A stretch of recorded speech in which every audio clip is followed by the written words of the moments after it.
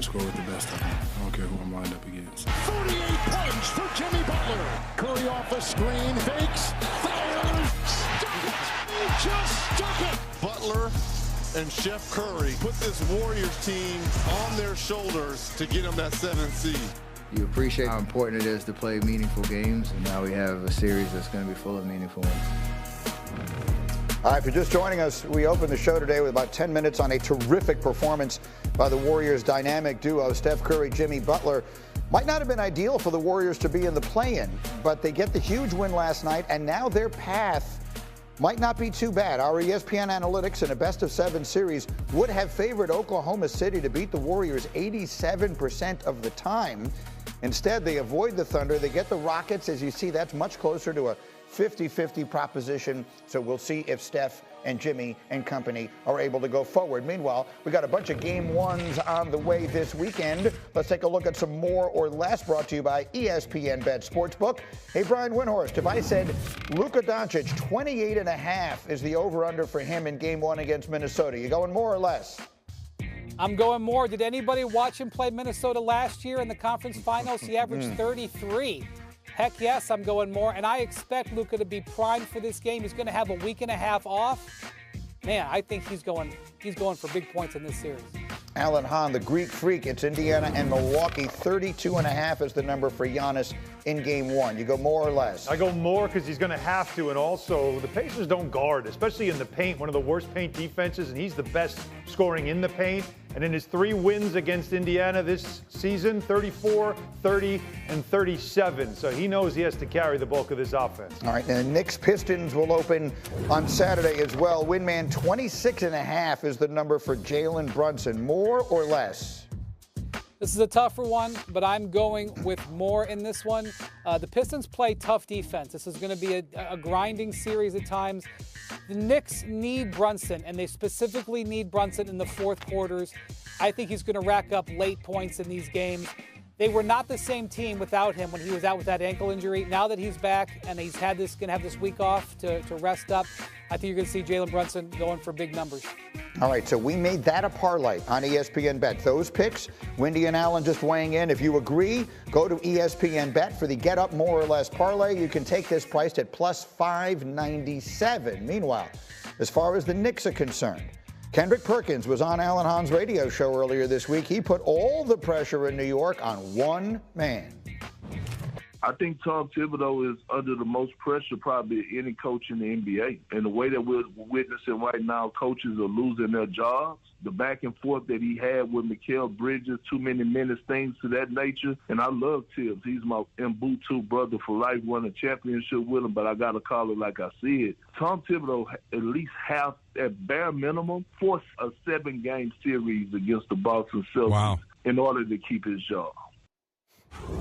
And they've got to beat Detroit before they even can start worrying about the Boston Celtics. We're going to keep Schrager in this conversation because he's a crazy Knicks fan. But for those of you who don't know, around the country, Alan works with the Knicks as well all season long. You cover that team literally day in and day out. Do you agree that Tom Thibodeau's job hangs in the balance of this postseason? First of all, shout out to Don Hahn and Rosenberg on 880 at ESPN New York for that. But I don't think this season that's where it rides. I do think that there is going to be more and more pressure. I think Perk is right when it comes to no coach has more pressure on him right now. But I don't think it's something that if there is this unexpected failure in the first round that there'll be a change in the offseason. It does not mean, though, that they go into next season with the sword of Damocles hanging over Tom Thibodeau. That could be a real thing. Windman, what do you think? No, I don't agree with Perk here. I love Perk, but I don't agree with him. Tom Thibodeau signed a very lucrative contract extension before the season. Not that money is a driving factor for the Knicks. They won 51 games this year. They won 50 last year, despite having some injury issues and despite not having depth at the center position. Could Tom Thibodeau do better developing his bench? Absolutely. Are they competitive with the Celtics and the Cavs, at least in the regular season? Absolutely not. But I think the Knicks' play here is more of a long-term play. I know this is not what a New Yorker wants to hear, but the Knicks' play when they signed all these guys was over a 3-year plan to outlast the very expensive second apron Boston Celtics. Evaluate him over that multiple years, not just this year. The Knicks had a very strong season. If they beat the Pistons, they will have had a good playoff. That's where it's going to be. It doesn't mean you're under the world if you're not winning the title. Voice of the Knicks fan, if the Knicks don't make it the Celtics sweat in round 2, how will you feel? Why'd we get rid of Dante DiVincenzo? Why didn't we sign Hartenstein? What was the point of all these deals for Bridges and for Towns? I don't blame Tibbs. I know Knicks fans are split. He plays these guys too many minutes during the regular season, so they have nothing left in the playoffs. But when you lose Julius Randle 2 years ago for the playoffs and Brunson last year, I don't think that's fair on Tibbs. But I look at Cat, I look at Bridges. Are we better this year than we were a year ago? And if so, it didn't show up in the regular season against the Cavs and the Celtics. I'm not overlooking Pistons, by the way. And Alan, to me, Detroit scares me. They played last week. Starters were in there, and the Pistons beat up on the Knicks. They are a tough team, and they are not to be overlooked. I will leave this thought here.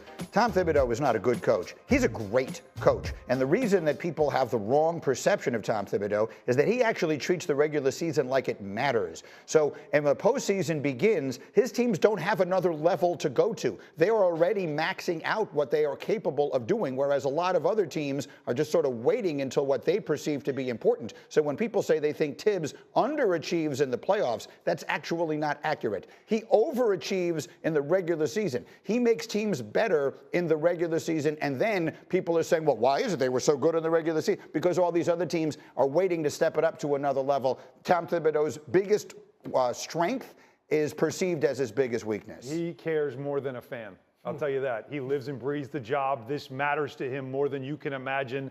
And he is somebody that understands everything that comes with this. And this is a team, by the way, that was playing great offensive basketball for half the season. They have not played their best yet. And don't sleep on playoff Brunson. Yeah, Tibbs sat in here when he was between jobs recently. Coach, if they fire you, ridiculous. I got your omelet waiting for you every single morning in the 6 o'clock game. Starting the Eastern Conference, Heat and Bulls, 7:30 Eastern time, followed by Anthony Davis and the Mavericks visiting the Kings in Sacramento. Coverage begins with NBA Countdown at 7 Eastern time. What to watch for is brought to you by Sherwin-Williams. Bring your color to life with the very best paint. All right, according to odds by ESPN Bet Sportsbook, the only team with shorter odds to win the West than the Lakers is the Thunder. The Lakers are the 3 seed, their best seeding since 2019-2020 when they were the 1 seed, ended up winning that title in the bubble. Bobby Marks is back with us on SportsCenter. That 3-6 series is where we start, Bobby. Pick the number, okay? How many points per game does Anthony Edwards have to put up for the Timberwolves to upset the Lakers? Randy, I'm going to say 31, and not because my favorite player is Mike Piazza of all time, but based on what Anthony Edwards was able to do last year in that Phoenix series. That's what he averaged in that series. And I think the big key for Edwards in this Lakers series is to exploit the paint here. We've seen an uptick in Edwards' three-point attempts this year. I think it's +3 per game. Get in the paint, get downhill, get easy baskets here. If the Lakers turn him into a jump shooter, this series could be over in 4 or 5 games. I want to follow up with the Lakers side of it from just a defensive or perhaps offensive side. How do they attack the size advantage, specifically Rudy Gobert, that Minnesota brings to the table? Yeah, they're going to need to make shots. I mean, they're going to need to rely on shooting from the perimeter here because it's basically like Gobert. It's like it's defending the castle down there as far as him down in the paint here. If you're going to attack the